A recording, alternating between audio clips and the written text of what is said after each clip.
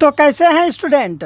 आशा करते हैं मस्त होंगे, स्वस्थ होंगे और मन लगाकर पढ़ाई कर रहे होंगे। और आज की इस वीडियो में मैं आप सभी को क्लास 10th इकोनॉमिक्स का अध्याय 5 जिसका नाम है रोजगार एवं सेवाएं, ठीक है स्टूडेंट। रोजगार एवं सेवाएं का टोटल वीवीआई ऑब्जेक्टिव मैं आप लोगों को वन शॉट में प्रोवाइड करवाने वाला हूं। अगर आप सभी के सभी ऑब्जेक्टिव को ध्यान से पढ़ लेते हैं, मन लगाकर पढ़ लेते हैं, तो समझ लीजिए कि इस अध्याय से स्टूडेंट आप लोगों का एक भी मार्क्स कटने वाला नहीं है, क्योंकि मैं जो भी प्रश्न करवाता हूं वो एग्जाम के लिए काफ़ी इंपॉर्टेंट होता है। ठीक है, तो आइए बिना लेट किए हुए हम सभी स्टार्ट करते हैं पहला प्रश्न से। देखिए स्टूडेंट, सबसे पहला प्रश्न हम लोगों का कि सिलिकॉन शहर के नाम से कौन प्रसिद्ध है। बताइए मेरे प्यारे बच्चों कि सिलिकॉन शहर के नाम से कौन प्रसिद्ध है। हैदराबाद या फिर बेंगलुरु, पूना या फिर अहमदाबाद। तो एक का राइट आंसर हो जाएगा ऑप्शन नंबर बी, बेंगलुरु जो है मेरे प्यारे बच्चों वो सिलिकॉन शहर के नाम से प्रसिद्ध है। ठीक है, काफ़ी इंपॉर्टेंट प्रश्न है, 2022 में पूछा गया है। दूसरा नंबर का प्रश्न है कि कृषि क्षेत्र में पाई जाती है। बताइए मेरे प्यारे बच्चों कि कृषि क्षेत्र में, अर्थात जो आप लोग देखते होंगे कि खेती वगैरह होता है ना, तो उसमें पाई जाती है, क्या पाई जाती है। पूर्ण बेरोजगारी, छिपी हुई बेरोजगारी, बेरोजगारी या फिर उग्र बेरोजगारी। तो याद रखिएगा आप लोग कि कृषि क्षेत्र में मेरे प्यारे बच्चों छिपी हुई बेरोजगारी पाई जाती है। ठीक है, कृषि क्षेत्र में क्या पाई जाती है, छिपी हुई बेरोजगारी। ठीक है, चलिए तीसरा नंबर का बताइए क्या होगा। तीसरा नंबर का प्रश्न है कि उदारीकरण और वैश्वीकरण ने सेवा क्षेत्र में लाई है, क्या लाई है मेरे प्यारे बच्चों। मध्यम प्रगति लाई है, धीमी प्रगति लाई है या काफ़ी तेज प्रगति लाई है, कोई प्रगति नहीं लाई है। ठीक है, तो याद रखिएगा उदारीकरण और वैश्वीकरण जो है सेवा क्षेत्र में काफ़ी तेज प्रगति लाई है। क्या लाई है, ऑप्शन नंबर सी, काफ़ी तेज प्रगति लाई है। ठीक है स्टूडेंट, सभी के सभी प्रश्न काफ़ी इंपॉर्टेंट है। अगर अभी तक आप लोगों ने चैनल को सब्सक्राइब नहीं किया है तो चैनल को सब्सक्राइब जरूर कर लेंगे। ठीक है स्टूडेंट, और इसी तरह का वीडियो देखने के लिए आप हमारे परिवार के साथ जुड़ सकते हैं। चलिए आइए अब हम लोग देखते हैं कौन सा 4 नंबर का प्रश्न। बताएंगे आप लोग मेरे प्यारे बच्चों कि नरेगा बनाई गई है। ये जो नरेगा है मेरे प्यारे बच्चों ये क्यों बनाई गई है। शहरी क्षेत्र के लिए, महानगरों के लिए, ग्रामीण क्षेत्र के लिए या फिर इनमें कोई नहीं। तो 4 का राइट आंसर हो जाएगा ग्रामीण क्षेत्रों के लिए। ठीक है, ये याद रखिएगा, ये जो नरेगा बनाई गई है ना, ग्रामीण क्षेत्रों के लिए बनाई गई है ताकि सभी को रोजगार मिल सके मेरे प्यारे बच्चों। क्या मिल सके, रोजगार मिल सके और कोई भूखा ना मरे। 5वां नंबर का प्रश्न है मेरे प्यारे बच्चों कि जवाहर रोजगार योजना लागू की गई थी। बताइए ये जो जवाहर रोजगार योजना है वो कब लागू की गई थी। तो 1989 ईस्वी में लागू की गई थी। कब लागू की गई थी, 1989 ईस्वी में। ठीक है, चलिए 6 नंबर का प्रश्न बताइएगा आप लोग कि छिपी हुई बेरोजगारी पाई जाती है। ये जो छिपी हुई बेरोजगारी है मेरे प्यारे बच्चों किस में पाई जाती है। सेवा क्षेत्र में, कृषि क्षेत्र में, औद्योगिक क्षेत्र में या फिर इनमें से कोई नहीं।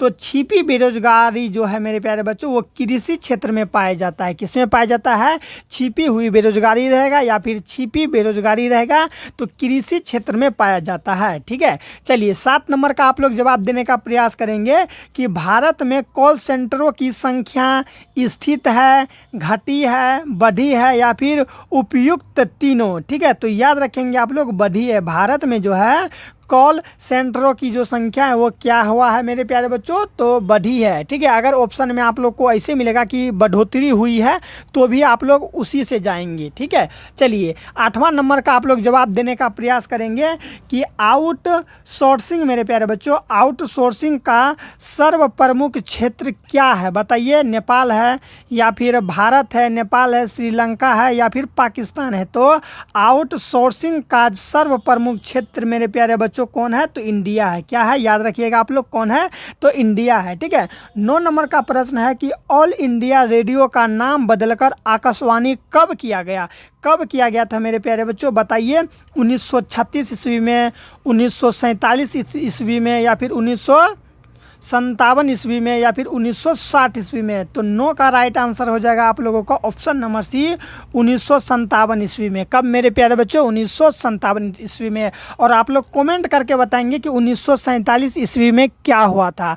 अगर आप जवाब अगर नहीं दे पाएंगे तो आप लोग पढ़ना छोड़ दीजिए मेरे प्यारे बच्चों।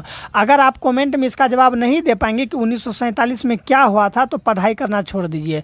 मैं ऐसा क्यों कह रहा हूँ आप लोग खुद जान रहे होंगे कि 1947 में क्या हुआ था। ठीक है, कमेंट करके बताइए। हालांकि पढ़ाई नहीं छोड़ना है मेरे प्यारे बच्चों, मजाक किए थे।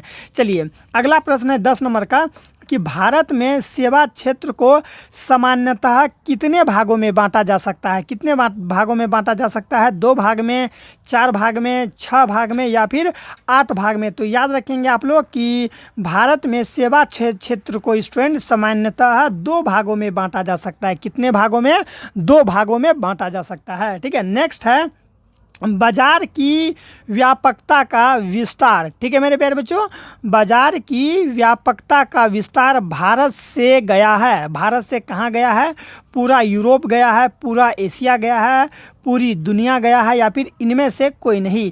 ठीक है, तो याद रखिएगा पूरी दुनिया गया है। कहाँ गया है मेरे प्यारे बच्चों? बाजार की व्यापकता जो है, ठीक है, व्यापकता का विस्तार भारत से कहाँ गया है? पूरी दुनिया गया है। 11 का राइट आंसर हो जाएगा ऑप्शन नंबर सी।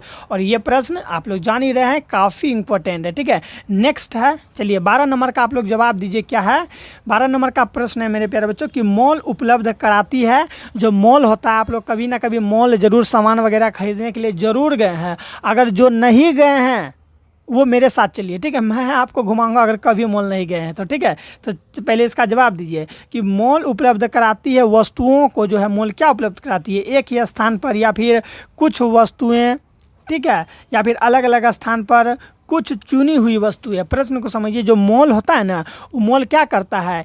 एक ही स्थान पर बहुत सारा सामान को उपलब्ध करा देता है या फिर कुछ कुछ सामान को उपलब्ध कराता है या फिर अलग अलग स्थान पर वस्तुओं को उपलब्ध कराता है या फिर कुछ चुनी हुई वस्तुओं को ही उपलब्ध कराता है। तो ये जो मॉल होता है ना, एक ही स्थान पर आप देखेंगे कि सब सामान मिल जाता है। ठीक है, मॉल आप लोग अगर गए होंगे या फिर काफ़ी अच्छा तरीक़ा से विजिट किए होंगे, घूमे होंगे, तो आप लोग इस चीज़ के बारे में जानते होंगे कि मॉल में क्या होता है। फर्स्ट लेयर में आपको कपड़ा मिल जाएगा, सेकेंड में जाइएगा साड़ी वगैरह मिल जाएंगे, ऊपर में जैसे जैसे जाइएगा सामान, खाना पीना, बर्तन वगैरह हर कुछ मॉल में मिल जाता है स्टूडेंट। ठीक है, इसलिए इसका राइट आंसर हो जाएगा एक ही स्थान पर हर एक वस्तु मिल जाता है। ठीक है, चलिए 13 नंबर का बताइए कि मानव पूंजी के प्रमुख घटक कितने हैं? मानव पूंजी के प्रमुख घटक मेरे प्यारे बच्चों कितने हैं? तो याद रखिएगा 5 है। कितने हैं? 5 है। मानव पूंजी के प्रमुख घटक कितने हैं मेरे प्यारे बच्चों? तो मानव पूंजी के प्रमुख घटक मेरे प्यारे बच्चों कितने हैं? तो 5 है। ठीक है स्टूडेंट, अगर आप लोगों को अच्छा लग रहा होगा तो चैनल को सब्सक्राइब जरूर कर लेंगे और अपने दोस्तों को भी शेयर करेंगे। साथ ही साथ मैं आप लोगों को बता दूँ कि इसी तरह का वीडियो हमारे इस चैनल पर जो है कि रोज़ अपलोड होते रहता है। इसलिए अगर अभी तक आप लोगों ने चैनल को सब्सक्राइब नहीं किया है तो कर लेंगे। साथ ही साथ मैं आप लोगों को बता दूं स्टूडेंट कि अगर आपको कहीं पर भी दिक्कत है तो आप जो है ना डिस्क्रिप्शन चेक कीजिए, वहाँ पर मेरा नंबर दिया गया है, आप वहाँ से नंबर लेकर हमें कॉन्टैक्ट कर सकते हैं। ठीक है स्टूडेंट, चलिए उससे पहले आप लोग एक बार मीठा मीठा कॉमेंट कर दीजिए तो कि यस सर समझ में आ रहा है। ठीक है, नहीं भी आ रहा है तो वो भी कर सकते हैं, ऐसा नहीं कि केवल समझ में आता है तो ही करना है। चलिए 14 नंबर का बताइए क्या है कि रोजगार एवं सेवा एक दूसरे के हैं। रोजगार और जो सेवा है वो एक दूसरे का क्या है मेरे प्यारे बच्चों? विरोधी है, पूरक है, परस्पर है या फिर ए, बी और सी। बी अर्थात ये पूरक और परस्पर दोनों है। ठीक है, तो आप लोग याद रखेंगे ऑप्शन नंबर डी ही हो जाएगा, यानी कि रोजगार एवं सेवा एक दूसरे के क्या है मेरे प्यारे बच्चों? तो पूरक भी है, यह देखिए ऑप्शन नंबर बी पूरक भी है और परस्पर भी है। ठीक है, तो ऑप्शन नंबर ये डी हो जाएगा, बी और सी दोनों राइट आंसर होगा। ये वाला भी और ये वाला भी इसका राइट आंसर होगा। ठीक है, ठीक है स्टूडेंट, आप लोग समझ गए कि रोजगार एवं सेवा एक दूसरे का क्या है? पूरक भी है और परस्पर भी है। अब 15 नंबर का जवाब दीजिए कि नरेगा एक कार्यक्रम है। कैसा कार्यक्रम है मेरे प्यारे बच्चों? जिला स्तर का है, राष्ट्रीय स्तर का है, प्रांतीय स्तर का है या फिर विश्व स्तर का है? ठीक है, तो इसका राइट आंसर हो जाएगा राष्ट्रीय स्तर का है। कौन सा स्तर का है? राष्ट्रीय स्तर का है। नरेगा जो है, नरेगा कार्यक्रम जो है वो राष्ट्रीय स्तर का कार्यक्रम है। ठीक है मेरे प्यारे बच्चों, अगला देख लीजिए यहाँ पर अगला कि ऊर्जा के प्रमुख स्रोत क्या है? ऊर्जा का प्रमुख स्रोत क्या होता है? है, ये कोयला होता है। बिल्कुल सही बात, ऊर्जा का प्रमुख स्रोत कोयला भी है, पेट्रोलियम भी है, विद्युत भी है, इनमें से सभी। ठीक है, इसलिए इसका राइट आंसर हो जाएगा 16 का इनमें से सभी। ठीक है, ऊर्जा के प्रमुख स्रोत अर्थात ऊर्जा किस किस से उत्पादन किया जाता है, तो कोयला से भी, पेट्रोलियम से भी, विद्युत से भी, इसलिए इसका राइट होगा आंसर इनमें से सभी। ठीक है मेरे प्यारे बच्चों, 17 नंबर का बताइए कि कौन सी सेवा सरकारी है। कौन सा सेवा जो है मेरे प्यारे बच्चों सरकारी है, तो शिक्षा सेवा सरकारी है, बैंकिंग सेवा, या फिर यातायात सेवा, या फिर स्वास्थ्य सेवा। तो 17 का राइट आंसर हो जाएगा बैंकिंग सेवा जो है मेरे प्यारे बच्चों, ये क्या है, ये सरकारी है। याद रखिएगा आप लोग, कौन सी सेवा सरकारी है, तो बैंकिंग सेवा जो है ये क्या है, सरकारी सेवा है। ठीक है, याद रखेंगे आप लोग। चलिए अब आइए 18 नंबर का प्रश्न देख लेते हैं। अगर अच्छा लग रहा होगा तो एक बार वीडियो को लाइक जरूर कर देंगे। ठीक है, क्योंकि आज जब आप लोग लाइक करते हैं ना तो मज़ा आ जाता है और आप लोग को पढ़ाने की भी इच्छा करता है। चलिए 18 नंबर का बताइए कि कौन सी सेवा गैर सरकारी है, अर्थात वो सरकारी नहीं है मेरे प्यारे बच्चों। कौन सा सेवा है जो सरकारी नहीं होके गैर सरकारी है, अर्थात सरकार का नहीं है। जैसे कि यहाँ पर देखिए, आप थोड़ा सा इसको हम पीछे कर देते हैं। यहाँ पर देखिए प्रश्न क्या है, कौन सी सेवा सरकारी है, अर्थात सरकार की है, तो बैंकिंग सेवा जो सरकारी है। और यहाँ पर है 18 नंबर का कि कौन सी सेवा गैर सरकारी अर्थात सरकार की नहीं है। बताइए, सैन्य सेवा, वित्त सेवा, मॉल सेवा, या फिर रेल सेवा। ठीक है, तो आप लोग जानते हैं ये जो मॉल है, ये मॉल सरकार का नहीं होता, ये किसी पर्सनल व्यक्ति का होता है। इसीलिए मॉल सेवा जो है वो गैर सरकारी है, यानी किसी पर्सनली व्यक्ति का है। ठीक है, चलिए समझ में आ गया ना, बिल्कुल आ गया होगा। 19 का बताइए क्या होगा कि आर्थिक आधारभूत संरचना नहीं है। आर्थिक आधारभूत संरचना क्या नहीं है मेरे प्यारे बच्चों, वित्त नहीं है, ऊर्जा नहीं है, संचार नहीं है, या फिर शिक्षा नहीं है। ठीक है, तो ये जो शिक्षा है ये क्या है, शिक्षा ये आर्थिक आधारभूत संरचना नहीं है। 20 नंबर का बताइए कि बिहार संपन्न है। ये जो बिहार है मेरे प्यारे बच्चों वो किससे संपन्न है, उद्योग से, पशुपालन से, खनिज से, या फिर कृषि से। तो बिहार जो है मेरे प्यारे बच्चों कृषि से संपन्न है। बिहार किससे संपन्न है, कृषि से संपन्न है, क्योंकि बिहार में जो है ना मेरे प्यारे बच्चों 80% क्षेत्र में क्या किया जाता है, खेती ही किया जाता है। इसीलिए बिहार संपन्न है, कृषि के मामले में बिहार संपन्न माना जाता है। आइए अब हम लोग 21 नंबर का देखते हैं क्या है कि मानव पूंजी निर्माण के प्रमुख घटक नहीं है। कौन नहीं है, भोजन नहीं है, वस्त्र नहीं है, शिक्षा नहीं है, या फिर कोई नहीं है। ठीक है, तो इसका राइट आंसर हो जाएगा इनमें से कोई नहीं, ऑप्शन नंबर डी। ठीक है, यहाँ पर क्या है समझिए कि मानव पूंजी निर्माण का प्रमुख घटक नहीं है, तो जो इसका राइट आंसर होना चाहिए ना वो ऑप्शन में दिया ही गया नहीं है, इसलिए हम लोग ऑप्शन नंबर डी से चलेंगे, कोई नहीं है। ठीक है, इन सब चीज़ों पर आप लोगों को ध्यान रखना है, नहीं तो ये नहीं क्या शिक्षा मार दीजिएगा, भोजन में मार दीजिएगा, नहीं, आपको इस चीज़ को समझना होगा। 22 नंबर का चलिए जवाब देते चलिए। 22 नंबर का कि आर्थिक विकास का दूसरा क्षेत्र क्या है। आर्थिक विकास का मेरे प्यारे बच्चों दूसरा क्षेत्र क्या है, कृषि क्षेत्र है, उद्योग क्षेत्र है, सेवा क्षेत्र है, या फिर शिक्षा क्षेत्र है। तो कृषि क्षेत्र क्या है, आर्थिक विकास का दूसरा क्षेत्र है कृषि क्षेत्र। कौन सा क्षेत्र है, कृषि क्षेत्र है। किसका, आर्थिक विकास का दूसरा क्षेत्र क्या है मेरे प्यारे बच्चों, तो कृषि क्षेत्र है। समझ में आ गया 22 नंबर का। चलिए अब हम लोग 23 नंबर का प्रश्न करते हैं। कितना नंबर का करेंगे, 23 नंबर का। बताइए कि आर्थिक विकास का तीसरा क्षेत्र क्या है। आर्थिक विकास का मेरे प्यारे बच्चों तीसरा क्षेत्र पूछा है, क्या है बताइए, कृषि क्षेत्र, विज्ञान क्षेत्र, शिक्षा क्षेत्र, या फिर सेवा क्षेत्र। तो इसका राइट आंसर हो जाएगा 23 का राइट आंसर हो जाएगा सेवा क्षेत्र। ये जो सेवा क्षेत्र है मेरे प्यारे बच्चों आर्थिक विकास का तीसरा क्षेत्र है, और ये प्रश्न 2015 में, 2020 में और 2021 में पूछा गया है, अर्थात this is very important question. अगला है, कौन बीमारू राज्य नहीं है। बीमारू राज्य के अंतर्गत कौन है मेरे प्यारे बच्चों जो नहीं आता है। बिहार बीमारू राज्य के अंतर्गत आता है। उड़ीसा देखिए, यू फॉर उड़ीसा तो ये भी आता है। ठीक है, और एम फॉर, यहाँ देखिए एम फॉर मध्य प्रदेश और बी फॉर बिहार। तो यहाँ देखिए कहीं के है, के नहीं है इसमें, तो के नहीं है, अर्थात कर्नाटक नहीं होगा। समझ में आ गया, बीमारू राज्य के अंदर नहीं आता है, कर्नाटक जो है वो बीमारू राज्य के अंदर नहीं आता है। और ये प्रश्न 2013 में, 2016 में, 2018 में पूछा गया है। चलिए 25 नंबर का कि मनरेगा शुरू हुई थी। बताएंगे आप लोग कि मनरेगा जो शुरू हुई थी वो कब से शुरू हुई थी और कहाँ हुई थी। ठीक है, तो आप लोग याद रखेंगे ये मनरेगा शुरू हुई थी मेरे प्यारे बच्चों, कब शुरू हुई थी, यानी कि शुरू हुई थी, आंध्र प्रदेश में शुरू हुई थी, ठीक है। और इसका डेट आप लोग कमेंट करके बताइएगा कि कब शुरू हुआ था, ठीक है। चलिए, नहीं तो मैं आपको बता दूंगा। बताइए फिर से कि मनरेगा शुरू हुई थी तो आंध्र प्रदेश से मनरेगा कार्यक्रम स्टार्ट हुआ था और इसी तरह ये पूरा राष्ट्र में फैल गया। समझ में आ गया। चलिए 26 का आप लोग जवाब देंगे। चलिए, मन लगा कर पढ़िएगा स्टूडेंट, कहीं पर भी दिक्कत है तो कमेंट करना ना भूलें। आइए 26 का बताइए क्या हो जाएगा कि भारत सरकार ने किस प्रकार की शिक्षा को मौलिक अधिकार घोषित कर दिया। जो हम लोग का भारत सरकार है ना मेरे प्यारे बच्चों, इंडियन गवर्नमेंट जो है वो किस प्रकार की शिक्षा को मौलिक अधिकार घोषित कर दिया, अर्थात ये शिक्षा सभी को होना ही चाहिए। प्रारंभिक शिक्षा, माध्यमिक शिक्षा, उच्च शिक्षा या फिर तकनीकी शिक्षा। तो भारत सरकार ने प्रारंभिक शिक्षा जो होता है ना मेरे प्यारे बच्चों, आप लोग सुने होंगे कि 1 to 5 जो स्टूडेंट को पढ़ाया जाता है तो वही हुआ प्राथमिक शिक्षा। तो वह 1 क्लास से लेकर 5 क्लास तक तो हर एक इंसान को होना चाहिए पढ़ा लिखा। वैसे भी जो भी आप लोग देखते होंगे जो छोटा छोटा बच्चा है उसको क्या किया जाता है, जब भी वो बड़ा हो जाता है उसको 1 क्लास में एडमिशन करके सरकारी स्कूल में डाल दिया जाता है, ताकि वो बच्चा कम से कम प्राथमिक शिक्षा वो ले ले, ताकि उसको भविष्य में प्रॉब्लम ना हो, वो प्राथमिक शिक्षा ले ले। इसीलिए प्राथमिक शिक्षा को जो है ना भारत सरकार के द्वारा मौलिक अधिकार घोषित किया गया कि ये अधिकार हर एक के पास है, इसलिए प्राथमिक शिक्षा हर कोई के पास होना चाहिए। अगर कहीं पर भी आप लोगों के आसपास में किसी को प्राथमिक शिक्षा नहीं दी जा रही है तो आप अगर कंप्लेन करते हैं तो उसे जो है जेल हो सकता है स्टूडेंट, ठीक है। इसलिए इसका राइट आंसर हो जाएगा प्रारंभिक शिक्षा। 27 नंबर का बताएंगे आप लोग क्या होगा। 27 नंबर का कि विगत वर्षों के अंतर्गत बिहार में किस क्षेत्र का सर्वाधिक विकास हुआ है। विगत वर्ष के अंतर्गत बिहार में किस क्षेत्र का जो है कि सर्वाधिक विकास हुआ है, वही पूछ रहा है। कृषि क्षेत्र का, औद्योगिक क्षेत्र का, सेवा क्षेत्र का या फिर इनमें से कोई नहीं, ठीक है। तो इसका राइट आंसर हो जाएगा ऑप्शन नंबर सी, सेवा क्षेत्र का। किस क्षेत्र का मेरे प्यारे बच्चों, सेवा क्षेत्र का जो है कि विगत वर्षों के अंतर्गत काफ़ी विकास हुआ है। किस क्षेत्र का, सेवा क्षेत्र का।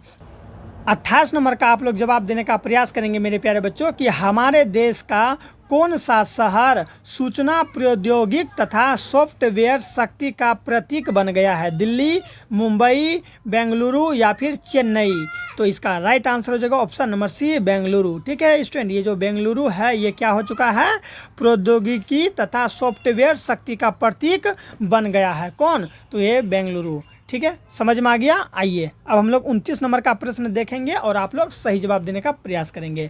भारत का पहला टेलीविज़न केंद्र कहाँ स्थापित हुआ था। बताइए, मन में आप लोग आंसर देने का प्रयास कीजिए कि भारत का पहला टेलीविज़न केंद्र जो है वो कहाँ स्थापित किया गया था। मुंबई में, कोलकाता में, दिल्ली में या फिर चेन्नई में, ठीक है मेरे प्यारे बच्चों। तो सबसे पहले जो है कि भारत का पहला अर्थात सबसे पहले टेलीविज़न केंद्र स्थापित हुआ था कहाँ पर, तो भारत की राजधानी दिल्ली में मेरे प्यारे बच्चों, ठीक है। भारत का राजधानी कहाँ होता है, दिल्ली में। और मैंने थोड़ा देर पहले आपको कहा था कि 1947 में क्या हुआ था, आप लोग बताएंगे 1947 में क्या हुआ था। ज़रूर आप लोग जान रहे होंगे 1947 में, ठीक है। चलिए, इस तरह से हम लोगों ने 29 प्रश्न को समाप्त किया मेरे प्यारे बच्चों। कितना प्रश्न को समाप्त किया, 29 प्रश्न को। अगर आपको अच्छा लग रहा होगा तो एक बार लाइक ज़रूर कर लेंगे, ठीक है। क्या कर लेंगे, लाइक कर लेंगे और चैनल को सब्सक्राइब करके और शेयर तो ज़रूर करेंगे, ठीक है। क्या करना है, शेयर, जैसे कि व्हाट्सएप पे अपने दोस्तों को शेयर कीजिए और कहिएगा कि देखो यहाँ से ऑब्जेक्टिव पढ़ लो, अच्छा रहेगा तुम्हारे लिए, ठीक है मेरे प्यारे बच्चों। इस तरह से आप दूसरों का हेल्प भी कर सकते हैं और जो लाइफ में किसी का हेल्प करता है वही आगे बढ़ता है, ठीक है। अकेले आगे बढ़ने का प्रयास इंसान को कहाँ लेके चल जाता है बाबू, तो उसे गड्ढे की ओर लेके चला जाता है। चलिए आप लोग 30 नंबर का जवाब देंगे। अब जो प्रश्न आएगा थोड़ा सा आप लोगों को डिफ़िकल्ट लगेगा, मैं पहले कह देता हूं, लेकिन मैं डिफ़िकल्ट होने नहीं दूंगा। 30 नंबर का देखिए यहाँ क्या है, किस आयु वर्ग के बच्चों को निःशुल्क एवं अनिवार्य शिक्षा प्रदान करना राज्य का दायित्व है। बताइए कि किस उम्र का, ऐसे समझिए किस उम्र का बच्चे को जो है ना फ्री में शिक्षा अनिवार्य प्रदान करना जो है कि राज्य का दायित्व है। 4 से 12 वर्ष के बच्चों को, या फिर 6 से 14 वर्ष का बच्चा, या 7 से 15 या फिर 8 से 16। तो इसका राइट आंसर हो जाएगा 6 वर्ष से लेकर, क्योंकि देखिए जो भी बच्चा होगा वो 1 साल से लेकर 5 साल में तो वो बढ़वे करेगा, यानी कि बड़ा होगा। 1 साल से लेकर 5 साल में वो क्या होगा, बड़ा होगा बच्चा, उसको थोड़ा बहुत बुद्धि होगा, तब जाके 6 क्लास में, जैसे ही 6 वर्ष का होगा उसका एडमिशन 1 क्लास में करा दिया जाएगा। और 14 वर्ष तक जब तक उसको नहीं हो जाए तब तक वो निःशुल्क शिक्षा प्राप्त करेगा सरकारी स्कूल के माध्यम से। आप लोग देखते होंगे कि करता भी है, ठीक है। अगर जिसे पैसा है, मान लीजिए जिस गार्जियन को पैसा है, वो आपका अगर इच्छा है तो प्राइवेट में भी डाल सकते अपने बच्चे को, लेकिन अगर आपके पास नहीं है तो सरकार का ये दायित्व है कि आपके बच्चे को वो निःशुल्क शिक्षा 14 वर्ष तक वो कराएगा, ठीक है, जिसे हम लोग प्राथमिक शिक्षा भी कहते हैं। प्राथमिक शिक्षा वो देंगे। समझ में आ गया ना। चलिए अब हम लोग आगे देखते हैं कितना नंबर का प्रश्न होगा।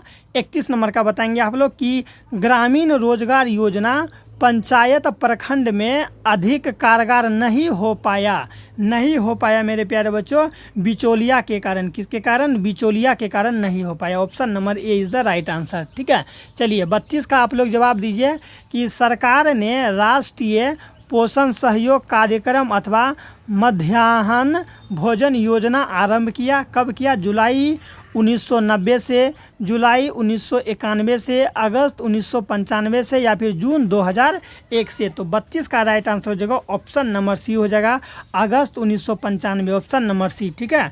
मध्याह्न भोजन जो आरंभ हुआ था कब से हुआ था? अगस्त 1995 से हुआ था, ठीक है, अगस्त 1995 से। चलिए इसी तरह से हम लोग आगे देखते हैं कितना नंबर का, 33 नंबर का प्रश्न को करेंगे। बताएंगे आप लोग कि एक अर्थव्यवस्था के किस क्षेत्र को सेवा क्षेत्र कहा जाता है, यानी कि एक अर्थव्यवस्था के ना किस क्षेत्र को मेरे प्यारे बच्चों सेवा क्षेत्र कहा जाता है? प्रथम क्षेत्र को, द्वितीय क्षेत्र को, तृतीय क्षेत्र को, या फिर इनमें से सभी? तो मैंने आप लोगों को बताया था मेरे प्यारे बच्चों, प्राथमिक क्षेत्र, कृषि क्षेत्र को प्राथमिक क्षेत्र कहा जाता है, और द्वितीय क्षेत्र को क्या कहते हैं? द्वितीय क्षेत्र को, औद्योगिक क्षेत्र को हम लोग द्वितीय क्षेत्र भी कहते हैं, और तृतीय क्षेत्र को हम लोग सेवा क्षेत्र कहते हैं। तृतीय क्षेत्र को क्या कहते हैं मेरे प्यारे बच्चों? सेवा क्षेत्र कहते हैं, याद रखिएगा। अगर ऐसा पूछ ले कि कृषि क्षेत्र को क्या कहते हैं, तो प्राथमिक क्षेत्र भी कहते हैं। औद्योगिक क्षेत्र को द्वितीय क्षेत्र कहा जाता है, याद रखेंगे, भूलेंगे नहीं। ये सब प्रश्न ज्योग्राफी में और इकोनॉमिक्स के लिए तो ये बहुत ही इंपॉर्टेंट है। चलिए अगला प्रश्न है कि सेवा क्षेत्र के विकास के लिए किसका विकास अधिक आवश्यक है? बताइए क्या कि सेवा क्षेत्र के विकास के लिए, किस क्षेत्र का? सेवा क्षेत्र के विकास के लिए किसका विकास अधिक आवश्यक है? प्राकृतिक संसाधनों का, भौतिक संसाधनों का, मानवीय संसाधनों का, या फिर इनमें से कोई नहीं? ठीक है मेरे प्यारे बच्चों, तो मानवीय संसाधनों का। किसका? मानवीय संसाधनों का विकास अधिक आवश्यक है, ऑप्शन नंबर सी हो जाएगा। नेक्स्ट है 35 नंबर का, देखेंगे आप लोग क्या है 35 का, कि भारत के कार्यबल अथवा कार्यशील जनसंख्या का कितना प्रतिशत कृषि क्षेत्र में संलग्न है? कितना प्रतिशत? तो 65 से 70% जो है वो कृषि क्षेत्र में मेरे प्यारे बच्चों संलग्न है, ठीक है। चलिए 35 नंबर तक तो हम लोगों ने समाप्त कर लिया। अब आइए 36 नंबर का हम लोग देखते हैं, और अच्छा लगेगा आप लोगों को तो चैनल को सब्सक्राइब करके क्या करना है, आप लोग जान ही रहे हैं, वीडियो को लाइक करना है।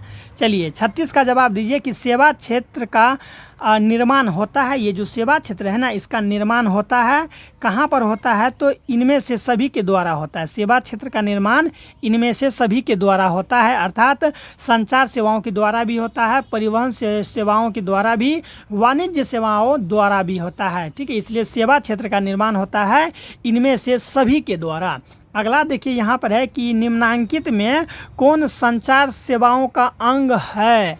निम्न में कौन है जो क्या है? संचार सेवाओं का अंग है मेरे प्यारे बच्चों, तो ऑप्शन नंबर डी, इनमें से सभी, अर्थात ये सभी जो है, जैसे कि समाचार पत्र, ये भी संचार सेवाओं का अंग है। टेलीफोन संचार सेवाओं का अंग है। टेलीविज़न संचार सेवाओं का अंग है, इसलिए इसका राइट आंसर हो जाएगा ये सभी मेरे प्यारे बच्चों। 38 का बताएंगे आप लोग क्या है 38 का, कि भारत को, किसको मेरे प्यारे बच्चों? भारत को किस उद्योग के क्षेत्र में अधिक सफलता मिली है? किस उद्योग के क्षेत्र में जो है कि अधिक सफलता मिली है? बताइए आप लोग। कंप्यूटर हार्डवेयर में, कंप्यूटर सॉफ्टवेयर में, या फिर दोनों में? इनमें से कोई नहीं। तो इसको जो है ना कंप्यूटर सॉफ्टवेयर में जो है कि अधिक सफलता मिली है। किसको? तो भारत को। चलिए इसी तरह हम लोग आगे देखते हैं कि एक अर्थव्यवस्था की आधार का निर्माण होता है कृषि द्वारा, उद्योग द्वारा, सेवाओं द्वारा, इनमें तीनों ही। ठीक है, इनमें तीनों ही। तो 39 का हो जाएगा option number C. Option number C सेवाओं द्वारा। किसके द्वारा? सेवाओं द्वारा। याद रखिएगा कि एक अर्थव्यवस्था की आधार का निर्माण होता है सेवाओं द्वारा होता है। किसके द्वारा मेरे प्यारे बच्चों? सेवाओं द्वारा। चलिए क्यों ना हम लोग 40 नंबर का प्रश्न को देखें। कितना नंबर का प्रश्न को देखें? 40 नंबर का। भारत की परिवहन सेवाओं में कौन सर्वाधिक महत्वपूर्ण है? कौन है जो सर्वाधिक महत्वपूर्ण है मेरे प्यारे बच्चों? तो ऑप्शन नंबर बी रेलवे।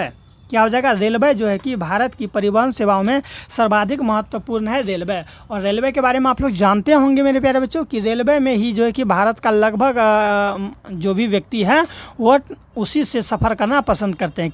किससे? तो रेलवे से, अर्थात ट्रेन वगैरह में सफ़र करना पसंद करते हैं। चलिए 41 नंबर का क्या होगा? देखिए कि मानवीय पूंजी निर्माण के प्रमुख घटक क्या है? मानवीय पूंजी निर्माण का प्रमुख घटक क्या है? ये प्रश्न 2021 में पूछा गया है। ठीक है, बताइएगा कि मानवीय पूंजी निर्माण के प्रमुख घटक है स्वास्थ्य सेवाएं, आवास, शिक्षा एवं प्रशिक्षण या उपयुक्त सभी मेरे प्यारे बच्चों। तो उपयुक्त सभी हो जाएगा। मानवीय पूंजी निर्माण के प्रमुख घटक स्वास्थ्य सेवाएं हैं, आवास है, शिक्षा एवं प्रशिक्षण भी है, इसलिए इसका राइट आंसर हो जाएगा इनमें से सभी। 42 का देखिए यहाँ पर क्या है मेरे प्यारे बच्चों? 42 का कि ग्रामीण सड़कों का निर्माण किस योजना के अंतर्गत किया जा रहा है? जो ग्रामीण सड़क होता है, गांव वाला जो सड़क होता है ना, उसका निर्माण किस योजना के अंतर्गत किया जा रहा है? राष्ट्रीय पथ सड़क योजना के अंतर्गत, प्रधानमंत्री सड़क योजना के अंतर्गत, मुख्यमंत्री सड़क योजना के अंतर्गत या फिर ये सभी? तो आप ही जरा सोचिए मेरे प्यारे बच्चों कि ग्रामीण सड़क योजना का निर्माण क्या इस सभी से थ्रू होगा? कोई एक क्वेश्चन नहीं होगा। तो इसका राइट आंसर हो जाएगा प्रधानमंत्री सड़क योजना।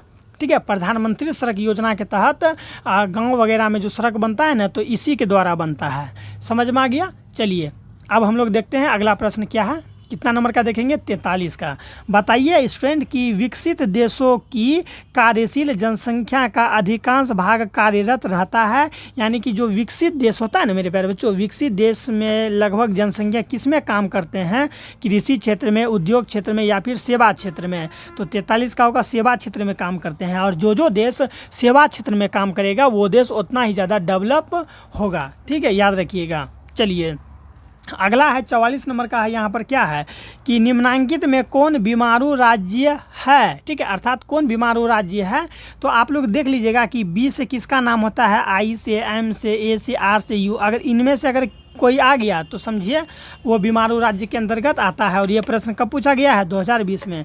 बताइए मेरे प्यारे बच्चों कि बीमारू राज्य में क्या है? यहाँ पर निम्न में कौन बीमारू राज्य है? ठीक है, बीमारू राज्य कौन है? तो बिहार जो है हम लोग का बीमारू राज्य है। कौन स्टूडेंट? बिहार हम लोग का। ठीक है, बीमारू जब आप लिखते हैं तो सबसे पहले बी लिखते हैं ना। क्या लिखते हैं? सबसे पहले B. B for Bihar. B for Bihar, अर्थात बिहार बीमारू राज्य के अंतर्गत आएगा। समझ में आ गया? चलिए आगे देख लेते हैं हम लोग। और ये जो है कर्नाटक, आंध्र प्रदेश, छत्तीसगढ़ ये बीमारू राज्य के अंतर्गत नहीं आएगा, बिहार बीमारू राज्य के अंतर्गत आएगा। और ये प्रश्न 2020 में पूछा गया है, मैं पहले ही क्लियर कर दूं आप लोगों को। ठीक है, चलिए अब हम लोग का समाप्त होने ही वाला है। टोटल मैं आप लोगों को 55 VVI ऑब्जेक्टिव दे रहा हूँ। अगला है कि भारत राष्ट्रीय, ठीक है, भारत अंतर्राष्ट्रीय स्तर पर किस क्षेत्र में महाशक्ति के रूप में उभर रहा है? हार्डवेयर में, डिस्क में, सॉफ्टवेयर में या फिर लैपटॉप में? तो सॉफ्टवेयर में मेरे प्यारे बच्चों। ठीक है, सॉफ्टवेयर से जो है हमारा भारत देश आगे बढ़ रहा है, याद रखेंगे। अगला है यहाँ पर 46 नंबर का कि इनमें कौन आर्थिक विकास क्षेत्र से संबंधित नहीं है? कौन है मेरे प्यारे बच्चों जो कि आर्थिक विकास क्षेत्र से क्या है? संबंधित नहीं है। कृषि क्षेत्र है, औद्योगिक क्षेत्र है, सेवा क्षेत्र है या फिर सहकारी क्षेत्र है? ठीक है, तो ये जो सहकारी क्षेत्र है मेरे प्यारे बच्चों ये क्या है? आर्थिक विकास क्षेत्र से संबंधित नहीं है। कौन क्षेत्र? सहकारी क्षेत्र आर्थिक विकास क्षेत्रों से संबंधित नहीं है। ठीक है, चलिए आगे बढ़ते हैं स्टूडेंट हम लोग 47 का कि नरेगा कार्यक्रम के नाम, ठीक है, नरेगा कार्यक्रम के नाम के साथ किस व्यक्ति का नाम जोड़ा गया है? बताइए नरेगा कार्यक्रम के नाम के साथ किस व्यक्ति का नाम जोड़ा गया है, बताएंगे आप लोग। मनमोहन सिंह का, या मोरारजी देसाई का, मुरली मनोहर जोशी का, महात्मा गांधी का। तो इसका राइट आंसर क्या हो जाएगा, option number D, Mahatma Gandhi का जोड़ा गया है। ठीक है, किसका जोड़ा गया है, महात्मा गांधी का। भूलेंगे क्या, नहीं भूलना है आप लोगों को कि नरेगा कार्यक्रम के नाम से किस व्यक्ति का नाम जोड़ा गया है, तो महात्मा गांधी का नाम जोड़ा गया है, ऑप्शन नंबर डी। आप लोग यहाँ पर देख लीजिए, ऑप्शन नंबर डी 2021 में पूछा गया है। चलिए अब हम लोग देखते हैं 48 नंबर का क्या है, क्योंकि सभी को क्लियर कर लेना ही अच्छा होगा हम लोगों के लिए। काम के बदले अनाज योजना कब लागू हुआ, अर्थात जब आप काम करेंगे ना तो उसके बदले अनाज मिलेगा, तो ऐसा योजना कब लागू हुआ था, बताइए मेरे प्यारे बच्चों। ऐसा योजना जो है कब लागू हुआ था, तो नवंबर 2004 को लागू हुआ था। कब लागू हुआ था, नवंबर 2004, भूलेंगे नहीं। 49 नंबर का है कि मनरेगा कार्यक्रम की शुरुआत किस राज्य से हुई। ये जो मनरेगा कार्यक्रम था ना, इसकी शुरुआत जो हुई थी किस राज्य से हुई थी, राजस्थान से, उत्तर प्रदेश से, बिहार से, या फिर आंध्र प्रदेश से। तो इसका राइट आंसर जो है आंध्र प्रदेश से हुआ था। मनरेगा कार्यक्रम की शुरुआत कहाँ से हुआ था मेरे प्यारे बच्चों, आंध्र प्रदेश से। 2023 में पूछा गया प्रश्न है।